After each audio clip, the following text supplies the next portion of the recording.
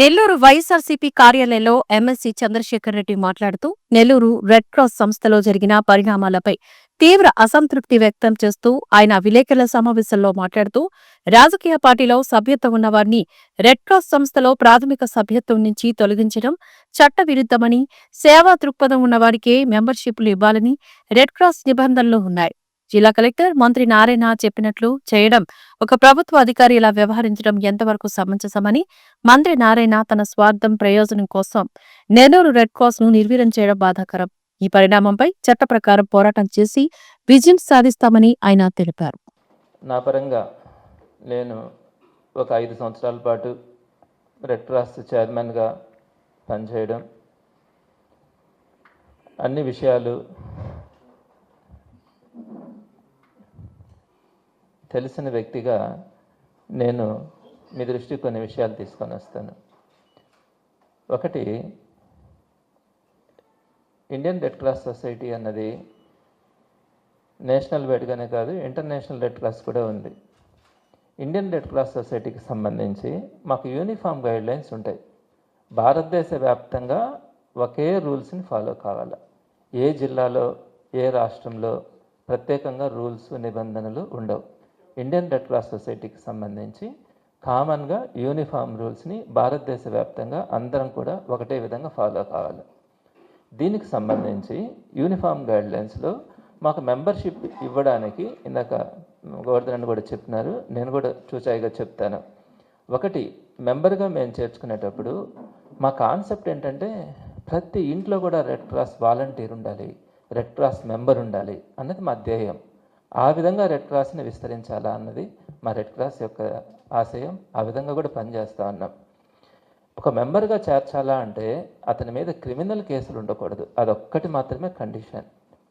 అది కాకుండా అతను ఏ కులమైనా ఏ మతమైనా బయట ఏ వ్యాపారమైనా చేసుకోవచ్చు, అతను ఏ వృత్తిలోనైనా ఉండొచ్చు, ఏ పొలిటికల్లోనైనా ఉండొచ్చు. అతనికి మేము రెడ్ క్రాస్ మెంబర్షిప్ని ఇవ్వచ్చు, రెడ్ క్రాస్ మెంబర్గా మేము ఆహ్వానించవచ్చు. ఒక మెంబర్గా జాయిన్ అయిన తర్వాత అతను ఏ విధంగానైనా కూడా అక్కడ ఉన్నటువంటి ఆఫీస్ బేరర్స్గా కంటెస్ట్ చేసుకోవచ్చు. సో ఇది మాకు మెంబర్షిప్లో ఉన్నటువంటి రూల్స్. మరి ఆ పద్ధతి ప్రకారం ఈరోజు అందరూ కూడా మెంబర్స్గా చేరడం కూడా జరుగుతూ ఉంది. అయితే వీళ్ళు ఇప్పుడు ఈ మధ్యకాలంలో పొలిటికల్గా ఉండకూడదు అనే పాయింట్ని తీసుకొని వచ్చారు. అసలు ఇది ఎక్కడా లేదు. మా నేషనల్ చైర్మన్నే బీజేపీ ఎంపీ. అలానే అనేక రాష్ట్రాలు అనేక జిల్లాలలో పొలిటికల్ లీడర్స్ ఆఫీస్ బేరర్స్గా ఉంటారు. మా మెంబర్స్ అయితే అంటే లైఫ్ మెంబర్స్ అంటాము, ప్రాథమిక సభ్యత్వం అంటాం. సుమారుగా 90% పొలిటికల్ లీడర్స్ ఉంటారు. నేను మీకు ఒక వాస్తవం చెప్తాను. నెల్లూరులో ఉండే ఎమ్మెల్యేలు కానీ, నెల్లూరులో ఉండే అపోజిషన్ ఎమ్మెల్యేలు కానీ, అపోజిషన్ పార్టీలో ఎమ్మెల్యేలుగా కంటెస్ట్ చేసిన వాళ్ళు కానీ ఇంచుమించుగా నారాయణ గారు తప్ప అందరూ కూడా ఇంచుమించుగా రెడ్ క్రాస్ మెంబర్స్. వాస్తవం చెప్తున్నాను. పోయినసారి కోటమిరెడ్డి శ్రీనివాసరెడ్డి గారు జగన్మోహన్ రెడ్డి గారిని ఎట్ట తిట్టేవాళ్ళు. ఆయనకి రెడ్ క్రాస్ లైఫ్ మెంబర్షిప్ ఉంది, ఆయన స్వేచ్ఛగా వచ్చి ఓటు వేస్తాడు. నారాయణ గారికి ఈ రెడ్ క్రాస్ సేవ ఆయనకి పెద్దగా తెలిసి ఉండకపోవచ్చు కాబట్టి ఆయనకి మెంబర్షిప్ ఉండకపోవచ్చేమో, కానీ ఆల్మోస్ట్ పొలిటికల్ లీడర్స్ బీజేపీ కానీ, జనసేన కానీ, కమ్యూనిస్టులు కానీ, టీడీపీ కానీ, వైసీపీ కానీ ఆల్మోస్ట్ అందరికీ కూడా రెడ్ క్రాస్లో మెంబర్షిప్స్ ఉన్నాయి. నెల్లూరు రెడ్ క్రాస్కి వచ్చేటప్పటికి మాకు 5,000 చిల్లర మెంబర్షిప్ ఉంటే 90% అందరూ కూడా ఏదో ఒక పొలిటికల్ పార్టీతో అఫిలియేషన్ ఉండేవాళ్ళే. అలాంటి రెడ్ క్రాస్లో ఈరోజు బాధాకరమైన విషయం ఏంటంటే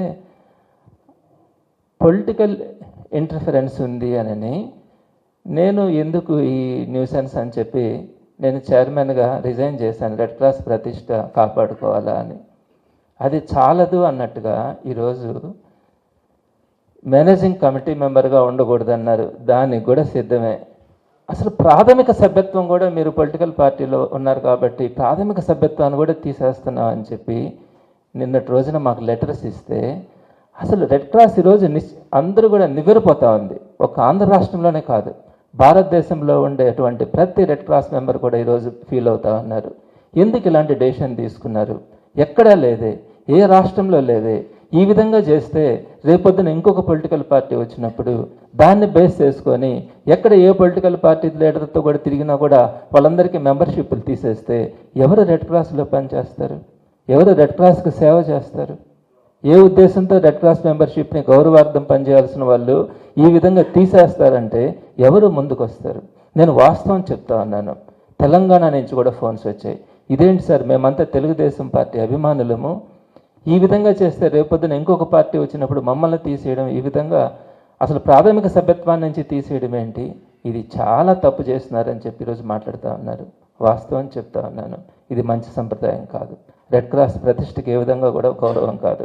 రెడ్ క్రాస్లో ఏ విధంగా కూడా ఎవరు కూడా ఈరోజు మెంబర్షిప్గా చేరాలనే ఆలోచన కూడా రాని పరిస్థితి. ఒక ప్రాథమిక సభ్యత్వం నుంచి తీసేస్తే కేవలం ఒక పొలిటికల్ పార్టీలో పనిచేస్తున్నారని నేను చెప్తున్నాను.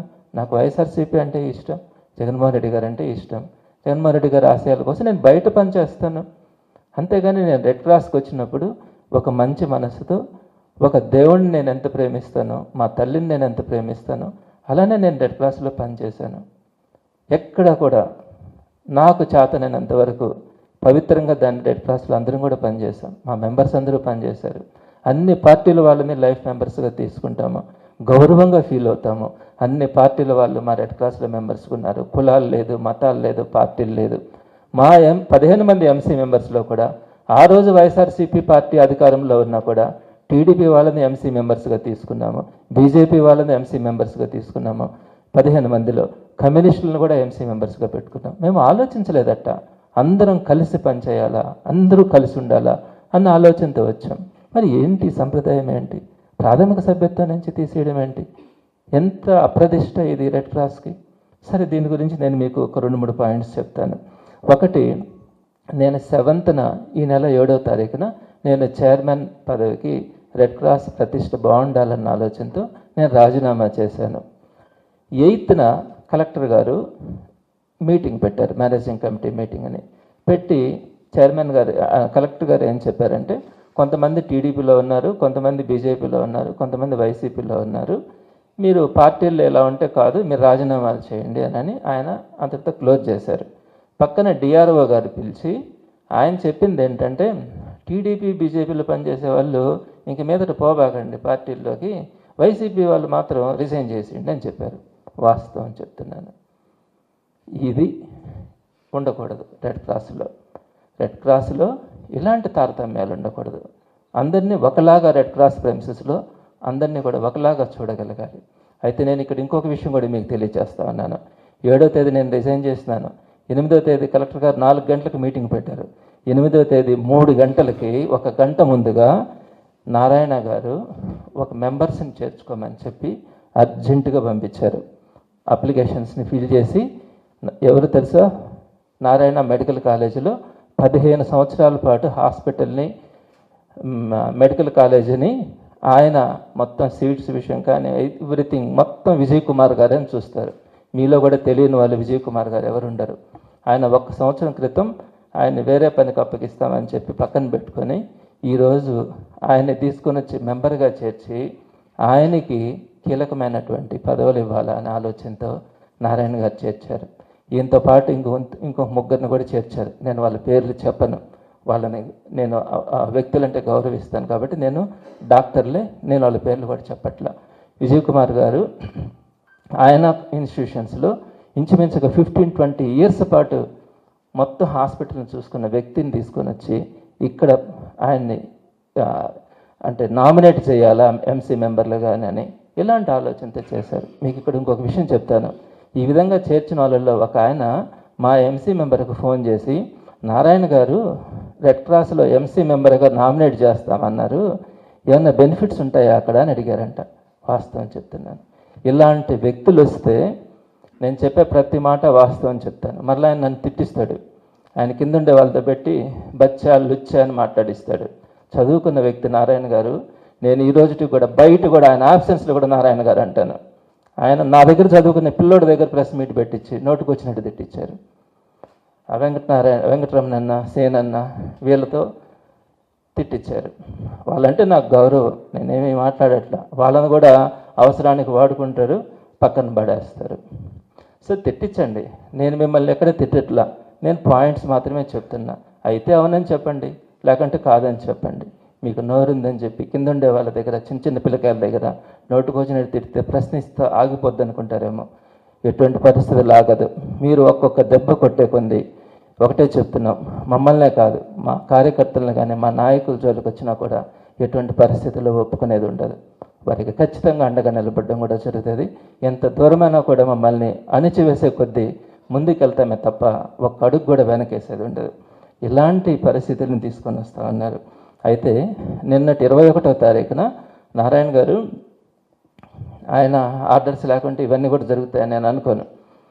మమ్మల్ని 5 మందిని వైఎస్ఆర్సీపీతో ఉండే వాళ్ళందరినీ మేనేజింగ్ కమిటీ మెంబర్స్గా కూడా కాదు, అసలు మిమ్మల్ని లైఫ్ మెంబర్స్ నుంచి ఎక్స్పెల్ చేస్తున్నామని చెప్పి ఇమీడియట్గా 22న మళ్ళా 10 మందితోనే ఒక మీటింగ్ పెట్టించి ఈరోజు 4 గంటలకి కొత్త బాడీని ఎన్నుకునేదానికి మొత్తం రంగం సిద్ధం చేశారు. చేయండి, ఎవరు చేసినా మేము కోఆపరేట్ చేస్తాం. మేము ఉండాలని కాదు, రెడ్ క్రాస్ బాగుండాలా అని కోరుకుంటాం, రెడ్ క్రాస్ సర్వీసెస్ బాగుండాలా అని కోరుకుంటాం. కానీ అవమానించద్దు. రెడ్ క్రాస్లో ఉండే వాళ్ళని అవమానించి ఏం చేస్తామో మీకు తెలియదా? ప్రజలకు తెలియదా? ఎంత చేస్తుంటామో తెలియదా? ఎన్ని సర్వీసెస్ చేసినామో, ఎంత చేసినామో, ఎంతమంది కోఆపరేషన్ తీసుకొచ్చుకున్నామో. ఈ రోజుకి కూడా రెడ్ క్రాస్ అంటే ప్రాణంగానే ఫీల్ అవుతాం. ఆ రెడ్ క్రాస్కి మచ్చలు ఉండకూడదని కోరుకుంటాం. సో మీరు చేస్తున్నటువంటి తీరు ఇది ఇండియా వైడ్గా కూడా ఒక ఆలోచనను కలిగించింది. ఇది సంప్రదాయం కాదు. ఇలాంటి పరిస్థితులు ముందుకెళ్తే రెడ్ క్రాస్ మనుగడ కష్టమవుతుంది. ఏదో పొలిటికల్ పార్టీ లీడర్తో, అసలు మా సుబ్బారెడ్డి గారు ఉన్నారు, ఆయన అసలు ఏ విధంగా కూడా యాక్టివ్గా ఉండరు. ఏ రోజు కూడా ఒక పొలిటికల్ పార్టీకి సంబంధించి ప్రెస్ మీట్లు పెట్టి ఎవరిని మాట్లాడిందిలే. కేవలం వాళ్ళ వైఫ్ వైఎస్ఆర్సీపీ కార్పొరేటర్ అని చెప్పి ఆయన్ని తీసేశారు. ఏంటి తీసేసింది? ఎంసీ మెంబర్గా తీసేశారు, లైఫ్ మెంబర్గా కూడా ప్రాథమిక సభ్యత్వం కూడా తీసి పారేశారు. ఎలా వెళ్తున్నాం? ఏం చేస్తా ఉన్నారు? ఎక్కడన్నా జరిగిందా ఇది? ఇప్పటి వరకు ఎక్కడ జరగలేదు. నెల్లూరులోనే ఎందుకు జరుగుతూ ఉంది? ఎందుకు ఈ అరాచకం? కాబట్టి అందరూ కూడా ఆలోచించుకోవాలా. రెడ్ క్రాస్లో మేము ఎన్ని సర్వీసెస్ చేసామో అంటే ఒక ప్రెస్ మీట్ పెట్టి మళ్ళీ కూడా మీకు వివరంగా, చాలామందికి తెలియదు ఏం చేశామో తెలియదు. అంతకుముందు ఎలా ఉండింది, ఇప్పుడు ఎలా ఉంది చెప్పదలుచుకోలేదు. ఎప్పుడు కూడా ప్రజలు నిర్ణయించుకుంటారు అనుకునేవాళ్ళం. కానీ వాటన్నిటిని కూడా రెడీ చేసాం. వాటన్నిటిని కూడా మేము ముందుకు తీసుకొని రావడం జరుగుతుంది. నారాయణ గారికి కూడా మేము చెప్తా ఉన్నాం, మీరు కూడా ఆలోచించండి.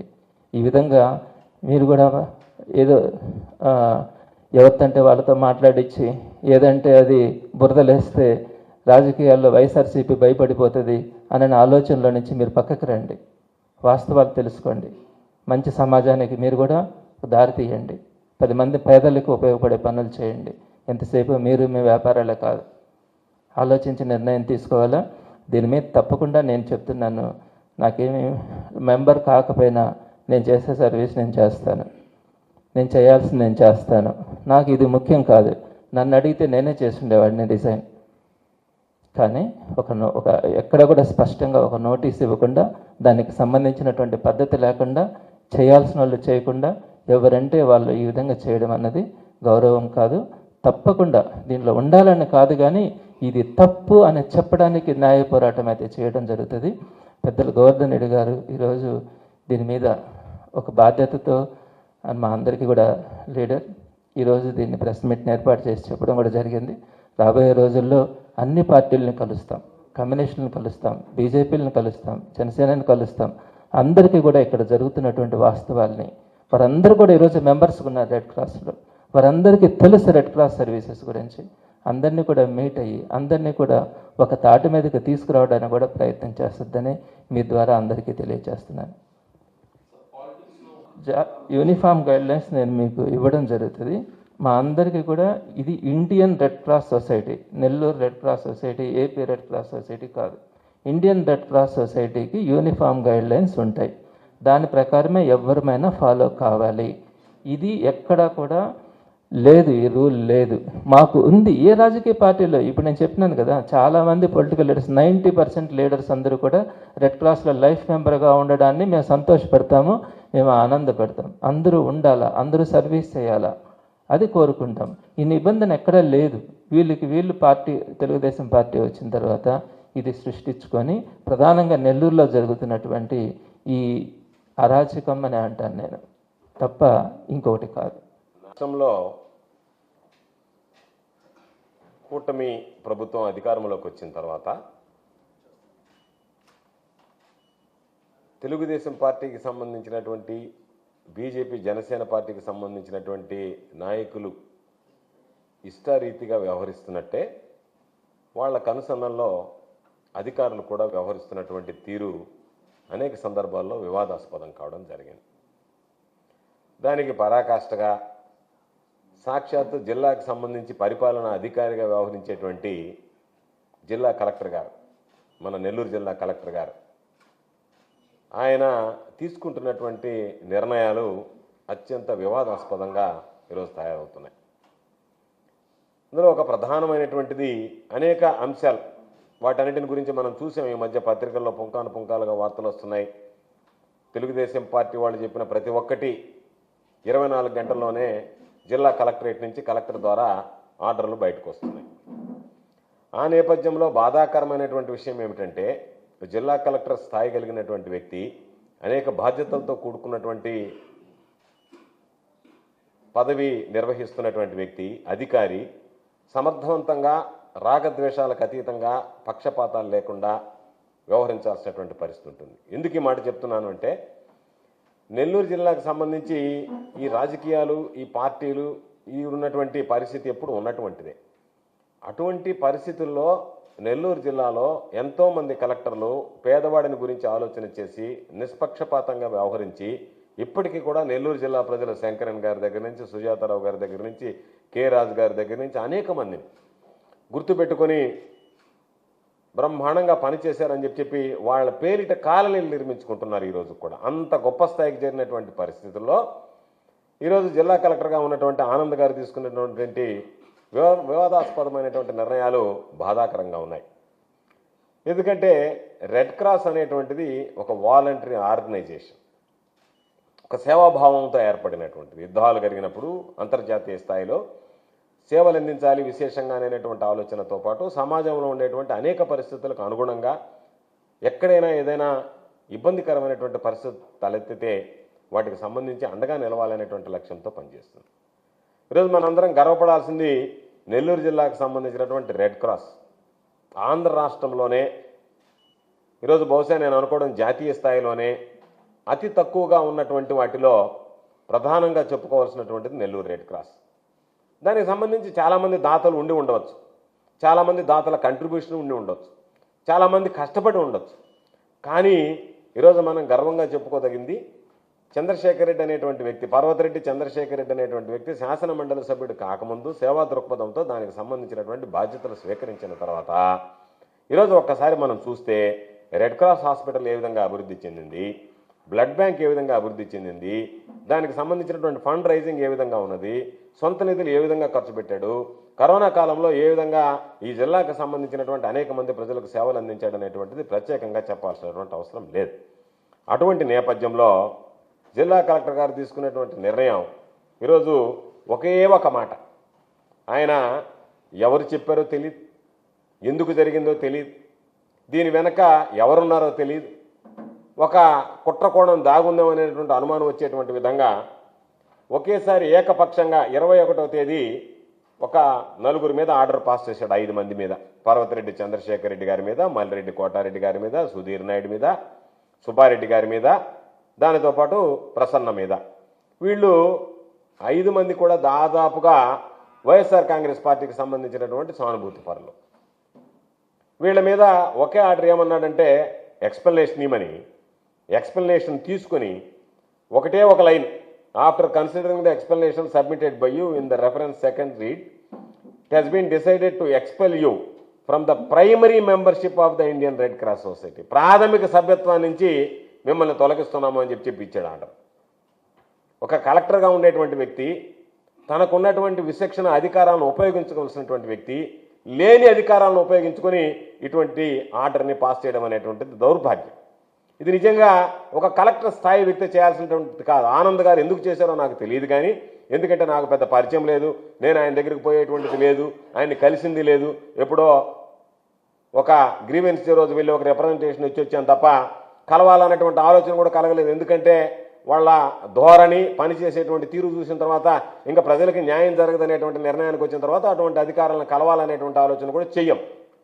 అయితే దీనికి సంబంధించి ఒక ఆర్డర్ ప్రైమరీ మెంబర్షిప్ కూడా సీజ్ చేసినట్టుగా ఆర్డర్ ఇచ్చాడు. ఇది వాళ్ళకి సంబంధించినటువంటి గజెట్. దీనిలో ఒక్కసారి అనేక విషయాలు కూడా చూడడం జరిగింది. ఎందుకంటే కలెక్టర్ గారు తీసుకున్నటువంటి నిర్ణయానికి దానికి ఎంత చట్టబద్ధత ఉంది, దాన్ని ఏ విధంగా తీసుకున్నారు. ఎందుకంటే ఇది కలెక్టర్ గారు పెట్టినటువంటి సొసైటీ కాదు, ఇది కలెక్టర్ గారి కన్సర్న్లో పనిచేసేది కాదు, ఇది ఇంటర్నేషనల్ అంతర్జాతీయ సంస్థ ఇది. కాబట్టి అంతర్జాతీయ పరంగా అసలు ఈ దేశ పరిస్థితులు, రాష్ట్ర పరిస్థితులు ఓసారి ఆలోచన చేస్తే ఈ దేశంలో ఉండేటువంటి నేషనల్ బాడీని లీడ్ చేసేటువంటి చైర్మన్ మన్సుఖ్ మాండవీయ గారు, బీజేపీ ఎంపీ గారు, మంత్రి గారు. ఆయనకేమో పొలిటికల్ అఫిలియేషన్ లేదా? ఆయన రాజకీయ పార్టీ నుంచి వచ్చినటువంటి వాడు కాదా? మంత్రి అయ్యాడు. మంత్రి అయిన రాజకీయ పార్టీకి సంబంధం లేదా? మీకు ఎక్కడుంది? ఈరోజు దీనికి సంబంధించినటువంటి దాంట్లో schedule 1 rule 10 membership and fund రైజింగ్కి సంబంధించి స్పష్టమైనటువంటివి ఉన్నాయి రూల్స్లో. ఏమనుంది? ఎలిజిబిలిటీ ఏంది? Membership of the society is open to all residents of India irrespective of their nationality, race, sex, religious, benefits, language, class or political opinions.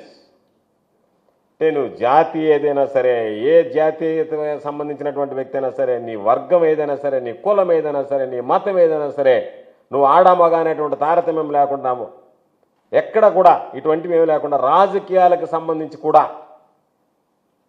వాళ్ళ పొలిటికల్ వాళ్ళకున్నటువంటి ఒపీనియన్స్, వాళ్ళకున్నటువంటి భావాలతో, రాజకీయ భావాలతో సంబంధం లేకుండా, నేను ఈ పార్టీ ఆ పార్టీ, నాకు ఈ రాజకీయ భావం ఉందనేటువంటి వ్యక్తులకు కూడా వాళ్ళకి కూడా పరిగణలోకి తీసుకోకుండా మెంబర్షిప్ ఇవ్వాలనేటువంటిది ప్రధానంగా దానిలో ఒక నిర్ణయం. ఇది షెడ్యూల్ 1 రూల్ 10లో మెంబర్షిప్ అండ్ ఫండ్ రైజింగ్కి సంబంధించినటువంటిది. అదేవిధంగా ఒక్కసారి మనం సీజేషన్ ఆఫ్ మెంబర్షిప్ సీజ్ చేయాలంటే అధికారం ఎవరికి ఉందనేటువంటిది చూస్తే ఇది రూల్ 8లో ఉంది.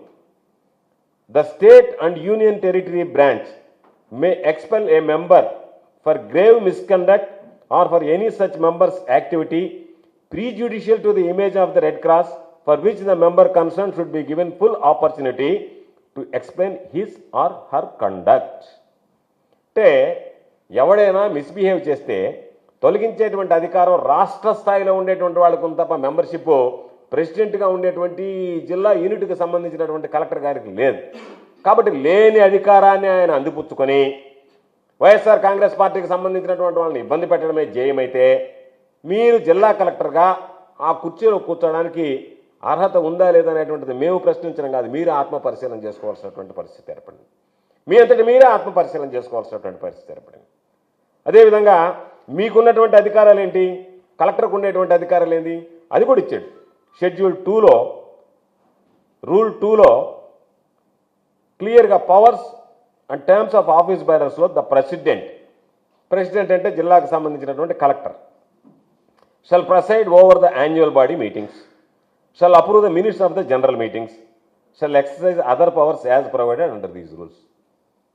నీకుండేటువంటి అధికారాలు ఏమి అనేటువంటివి కనుపరిచిన తర్వాత ఆ అధికార పరిధి దాటి ఈరోజు రెడ్ క్రాస్లో ఉన్నటువంటి చైర్మన్గా ఉన్నటువంటి చంద్రశేఖర్ రెడ్డి గారిని అని ప్రైమరీ మెంబర్షిప్ నుంచే వీళ్ళందరినీ మొత్తం తొలగించేసేసి ఈరోజు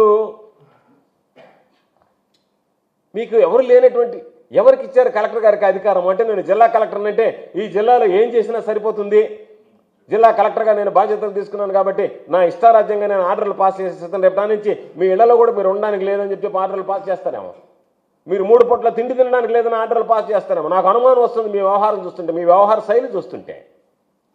ఈరోజు 5,000 మంది మెంబర్లు ఉంటే ఆ 5,000 మంది 15 మందిని ఎన్నుకుంటే, ఆ 15 మంది ఆఫీస్ బ్యారర్స్లో చైర్మన్ ఎన్నుకుంటే, ఆ చైర్మన్ ఏదో మా మీద వివాదాస్పదం ఉంది. నిజంగా నేనైతే చెప్పా చంద్రశేఖర్ రెడ్డికి, నువ్వు తొందరపడద్దు, 5,000 మంది ప్రతినిధులుగా ఉండేటువంటి, సభ్యులుగా ఉండేటువంటి వాళ్ళు 15 మంది మేనేజింగ్ కమిటీని ఎంపిక చేసుకుంటే, ఆ 15 మంది నిన్ను ఎంపిక చేసుకుంటే వాళ్ళందరూ 5,000 మంది భావాలకు విరుద్ధంగా నువ్వు ఎందుకు రాజీనామా చేస్తున్నావు అని అన్నాను. లేదన్నా, నా వల్ల రెడ్ క్రాస్ అనేటువంటి సంస్థ వివాదాస్పదం కాకూడదు కాబట్టి నేను నిర్ణయం తీసుకున్నానని చెప్పి దాని మీద నిర్ణయం తీసుకున్నాడు పాపం. సరే, నేను కూడా ఆహ్వానించాను, ఓ నిర్ణయం తీసుకున్నాడు, ఎందుకంటే మృదు స్వభావి, ఎందుకు మన వల్ల రెడ్ క్రాస్కి అనేటువంటి దానికి చెడ్డ పేరు రాకూడదనే నిర్ణయం తీసుకున్నాడు, మంచిదే. దాన్ని తీసుకుని 7వ తేదీ అయ్యా నేను దీంట్లో ఉండదలుచుకోలేదు, నేను వివాదాలకి కేంద్ర బిందువుగా మారదలుచుకోలేదు, నేను రాజకీయాల్లో ఉన్నా, ప్రజలకు సంబంధించి ప్రజాసేవలో ఉన్నా, రెడ్ క్రాస్ అనేటువంటిది సంస్థ, ఈ సంస్థ అనేటువంటిది రోజు రోజుకి దాని యొక్క విలువ పెరగాలి, ప్రజలు దాన్ని అభిమానించాలి, ఆదరించాలి, ప్రజలకి ఇది నిజంగా సేవ చేస్తుందనేటువంటి ఆ భావం కలిగించాలనేటువంటి లక్ష్యంతో ఆయన ముందుకొచ్చి కలెక్టర్ గారు చెప్పేదానికన్నా ముందుగానే అయ్యా నేను చైర్మన్ నుంచి తప్పుకుంటున్నాను అంటే, చైర్మన్గా కాదు నువ్వు మేనేజ్మెంట్ కమిటీ మెంబర్గా ఉండడానికి లేదు, అసలు ప్రాథమిక సభ్యత్వానికి రాజీనామా చేసి నిన్ను తీసేస్తున్నాను, తొలగిస్తున్నానని చెప్పి ఇచ్చాడు కలెక్టర్ గారు ఆర్డర్. ఈరోజు సొంత డబ్బులు పెట్టాడు, దానికి సంబంధించి ఎంత ఫండ్ రైజింగ్ చేశాడు. ఈరోజు మనం రెడ్ క్రాస్ హాస్పిటల్కి పోతే కలెక్టర్ గారికి తెలియదు, ఎందుకంటే ఈయన మొన్న వచ్చాడు, ఇంతకుముందు తెలియదు దాని పరిస్థితి ఏ విధంగా ఉండేది. నెల్లూరు రెడ్ క్రాస్ పరిస్థితి తెలుసుంటే బహుశా కలెక్టర్కి చెయ్యి ఆడుండేది కాదు, కనీసం తెలుసుకొని ఉండాల్సింది. ఈ బాడీ రాకముందు ఏ విధంగా ఉండింది, 2020కి ముందు దీని పరిస్థితి ఏంది, 2020లో ఈ బాడీ వచ్చిన తర్వాత మరలా 2023లోనే ఈ బాడీని ఎందుకు ఎంపిక చేసుకున్నారనేటువంటిది ఎవరినన్నా అంటే అధికారులనో లేకపోతే ఎవరన్నా అడిగి తెలుసుకొని నిర్ణయం తీసుకొని ఉంటే బహుశా ఆయన చేయి పెట్టాలన్నా సరే ఆ చేయి ఆడి ఉండేది కాదు. అటువంటి పరిస్థితుల్లో ఈరోజు దానికి సంబంధించినటువంటి దానిలో నేను ఈరోజు హాస్పిటల్ మనం అంతకుముందు ఏదైనా సేవ కావాలంటే మెడ్రాస్కి తీసుకెళ్లే వాళ్ళం. ఓన్లీ రెఫరల్ హాస్పిటల్గా ఉన్నది నెల్లూరు రెడ్ క్రాస్. ఏది ఉందనేది కనుక్కోవడం, వాళ్ళు కనుక్కున్న తర్వాత దీనికి ట్రీట్మెంట్ ఇక్కడ లేదని చెప్పి పంపించేయడం. అటువంటి దానికి సర్జికల్ ఆంకాలజిస్టులను తీసుకొచ్చి వాళ్ళందరినీ అక్కడ పెట్టి అవసరమైనటువంటి ఈరోజు మనం ఏదన్నా కావాలి అంటే ఈరోజు మన దగ్గరికి రికమెండేషన్ వచ్చి అయ్యా ఒక్కసారి నెల్లూరు రెడ్ క్రాస్లో చెప్పించి మాకు ట్రీట్మెంట్ ఇప్పించండి, నెల్లూరు రెడ్ క్రాస్లో మాకు బెడ్ ఇప్పించండి, నెల్లూరు రెడ్ క్రాస్లో మాకు అపాయింట్మెంట్ ఇప్పించండి. ఆ స్థాయికి రెడ్ క్రాస్ హాస్పిటల్ ఎదగడానికి కారకులు ఎవరు? ఏదైనా జిల్లా కలెక్టర్ కాంట్రిబ్యూషన్ ఉందా? నీ కాంట్రిబ్యూషన్ ఏదన్నా ఉందా? నెల్లూరు జిల్లాకు సంబంధించి ఉన్నటువంటి దాన్ని చెడగొట్టడం తప్ప ఏదైనా దీన్ని బాగు చేద్దామనేటువంటి ఆలోచన మీకు ఉంటే ఏదైనా రాజకీయ నాయకుడు ఒక మాట చెప్పొచ్చు, ఎందుకంటే దీంట్లో రాజకీయం దాగుంది అనేటువంటిది తెలిసినటువంటి విషయం. స్పష్టంగా గతంలోనే చంద్రశేఖర్ రెడ్డి చెప్పడం జరిగింది. నారాయణ నాకు ఫోన్ చేసి దానికి సంబంధించినటువంటిది మేము ఏదో పెట్టాలనుకుంటున్నాం, మీ ఫెసిలిటీస్ మేము వాడుకుంటాం. పేదవాడికి ఇచ్చేటువంటి ఫెసిలిటీస్ వాళ్లే ఇబ్బంది పడుతుంటే, వాళ్ళకే అక్కడ పాపం ఆ సమయం చాలక అనేక రకాలైనటువంటి అవస్థలు పడుతుంటే మా అందరి దగ్గరికి వచ్చి అయ్యా మీరు ఏదన్నా రికమెండ్ చేయించి మాకు ట్రీట్మెంట్ ఇప్పించండి అని చెప్పి పేదవాడు తిరుగుతుంటే, పేదవాడిని పక్కన పెట్టి నువ్వు వ్యాపారం పెంచుకునేదానికి లేదా నీ వ్యాపారంలో ఉండేటువంటి నీ మెడికల్ కాలేజీని పెంచుకోవడానికి నీకు సంబంధించినటువంటి దాంట్లో చేరినటువంటి వాళ్ళని నువ్వు ఆరోగ్యశ్రీ కింద చేసుకుని డబ్బులు కొట్టేయడానికి వాళ్ళందరికీ తీసుకొచ్చి ఇక్కడ ట్రీట్మెంట్ ఇప్పిస్తాను అని అంటే, ట్రీట్మెంట్ ఏమో పాపం ఎవరు నీకు డబ్బులు ఇస్తే వాడికి ట్రీట్మెంట్ ఇవ్వాలన్నా, పేదవాడు ఎవడైతే డబ్బులు పెట్టుకోలేనటువంటి వాడికి ట్రీట్మెంట్ ఇవ్వాలన్నా, దానికి సంబంధించి మీరు అడిగారా లేదా? అసలు ఏమి సంబంధం? ఎట్లా అడుగుతారు? ఏ నోటుతో అడుగుతారు? నారాయణ లాంటి వ్యక్తి నారాయణ హాస్పిటల్కి సంబంధించి మాకు రెడ్ క్రాస్తో మీరు టైఅప్ ఇవ్వండి, మేము దాంట్లో వచ్చి మా సేవలు మాకున్నటువంటి మా వాళ్ళకి మీ సేవలు వినియోగించుకుంటామని చెప్పి ఉచితంగా సేవలు అందిస్తున్నటువంటి సంస్థ. నువ్వు అవసరంలో ఎవరొచ్చినా సరే వాళ్ళకి సంబంధించి ఇచ్చేటప్పుడు నీ దగ్గర చేరినప్పుడు ఆరోగ్యశ్రీ కింద నువ్వు వైద్యం అందించి ఆరోగ్యశ్రీ ట్రస్ట్ ద్వారా నువ్వు డబ్బులు తీసుకొని ఆ డబ్బులకు సంబంధించి నేను రెడ్ క్రాస్లో వాడుకుంటాను, పేదలకు ఉపయోగపడేటువంటి దాన్ని సర్వీస్ సేవాభావంతో వచ్చినటువంటి దాన్ని అని చెప్పి దాన్ని వాడుకోవడానికి నువ్వు ప్రయత్నిస్తే, ఆ వాడుకోవడానికి చంద్రశేఖర్ రెడ్డి అడ్డంకిగా మారితే, చంద్రశేఖర్ రెడ్డిని ఎవరైతే వీళ్ళందరూ తొలగించిన ఇష్టారాజ్యంగా వ్యవహరించాలంటే దానికి జిల్లా కలెక్టర్ గారు వంతపాడితే ఇంతకన్నా దౌర్భాగ్యమైనటువంటి పరిస్థితులు ఏముంటాయో చెప్పండి. జిల్లాలో ఎంత దారుణంగా ఉన్నాయి, ఈ రాష్ట్రంలో ఈ పరిస్థితులు జిల్లాలో ఎంత దారుణంగా ఉన్నాయి. ఇదంతా దేనికంటే మా కంఠ శోష అధికారుల్లో మార్పు వస్తుందని కాదు, కూటమి ప్రభుత్వంలో ఉండేటువంటి పెద్దల్లో మార్పు వస్తుందని కాదు. ప్రజలు తెలుసుకోవాలి, ఎవరైతే ఈరోజు ప్రజలు ఓటు వేసి ఇటువంటి ప్రభుత్వాన్ని తీసుకొచ్చారో, ఇటువంటి ప్రభుత్వాన్ని గెలిపించారో వాళ్ళు చేసేటువంటి కుట్రలు కుతంత్రాలు ప్రజలకు సంబంధించి కొన్ని సేవలు దూరం అయిపోతున్నాయి. ప్రజలు ఈరోజు అయోమయంలో పడేటువంటి పరిస్థితి ఏర్పడింది. దానిలో ఈరోజు జిల్లాలో సమర్థవంతంగా సేవలు అందించేటువంటి రెడ్ క్రాస్ లాంటి సంస్థ మీదనే నీళ్ళ నీడలు నమ్ముకునేటువంటి విధంగా ప్రయత్నాలు జరుగుతున్నాయి. కాబట్టి ఈరోజు చంద్రశేఖర్ రెడ్డి అనేటువంటి వాడు ఉండకూడదు.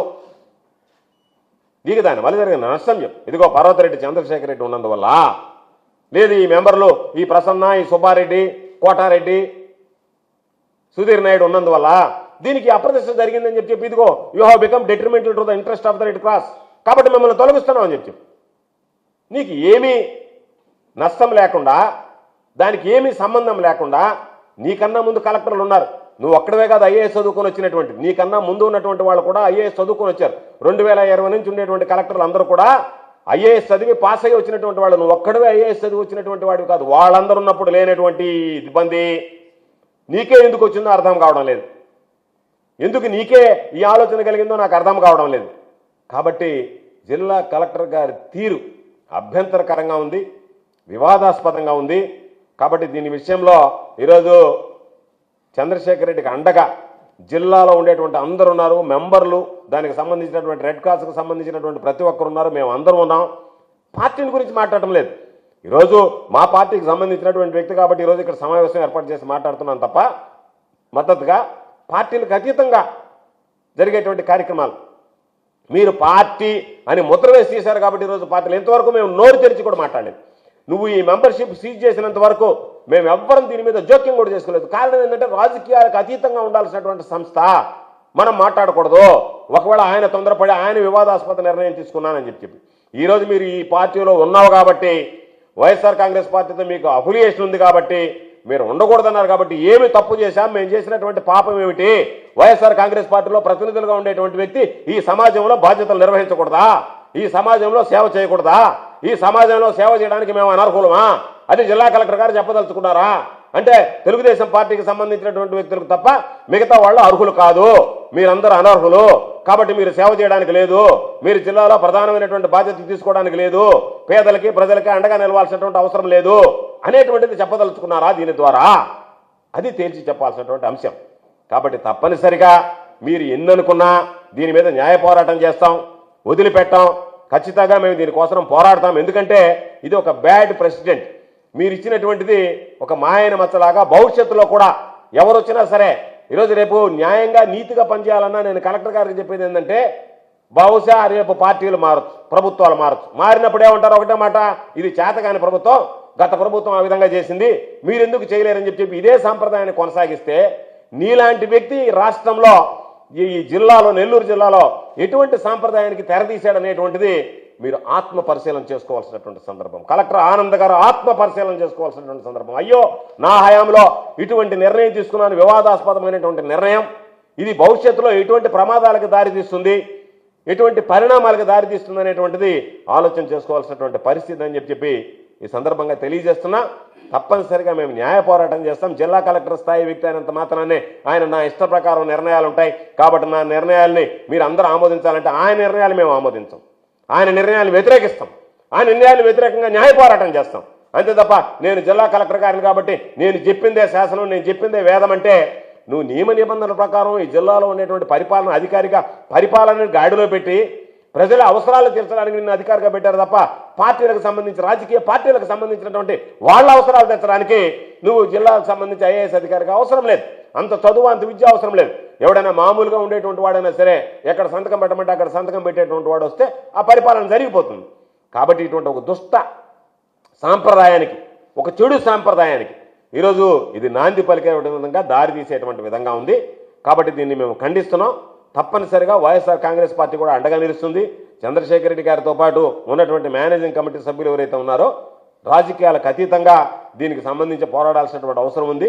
కాబట్టి రాజకీయ పార్టీల జోక్యం ఉందని మమ్మల్ని దీంట్లో చూపించారు కాబట్టి, మాకు సంబంధించినటువంటి సానుభూతి పరులను తీసేశారు కాబట్టి మేము జోక్యం చేసుకోవాల్సిన మాట్లాడాల్సినటువంటి పరిస్థితి ఏర్పడింది. కలెక్టర్ గారు ఇప్పటికైనా సరే ఆయన చేసినటువంటి తప్పును సరిదిద్దుకొని బహుశా ఈరోజు హడావిడిగా సాయంకాలమే ఈరోజు మరలా మేనేజింగ్ కమిటీ సమావేశం ఏర్పాటు చేసి చైర్మన్ని ఎంపిక చేయాలనేటువంటి ఎందుకు అంత తొందరపడుతున్నాడో, ఎందుకు అంత ఆదుర్ద పడుతున్నాడో, ఎవరి ఆదేశాల మేరకు పనిచేస్తున్నాడో అర్థం కావడం లేదు. కానీ అది మంచి పద్ధతి కాదు. కాబట్టి జిల్లా కలెక్టర్ గారు ఇప్పటికైనా సరే దీని మీద పునరాలోచించుకొని తాను చేసినటువంటి తప్పును క్షుణ్ణంగా పరిశీలించి వాస్తవాలు తెలుసుకుని దీనిని మరలా ఒకసారి ఆయన పునః పరిశీలించి ఆయన ఇచ్చినటువంటి ఉత్తర్వుల్ని హుందాగా ఆయన రద్దు చేస్తేనే మంచిది. లేని పక్షంలో తప్పనిసరిగా వైఎస్ఆర్ కాంగ్రెస్ పార్టీ న్యాయ పోరాటానికి సిద్ధపడుతుంది అని చెప్పి ఈ సందర్భంగా తెలియజేస్తారు.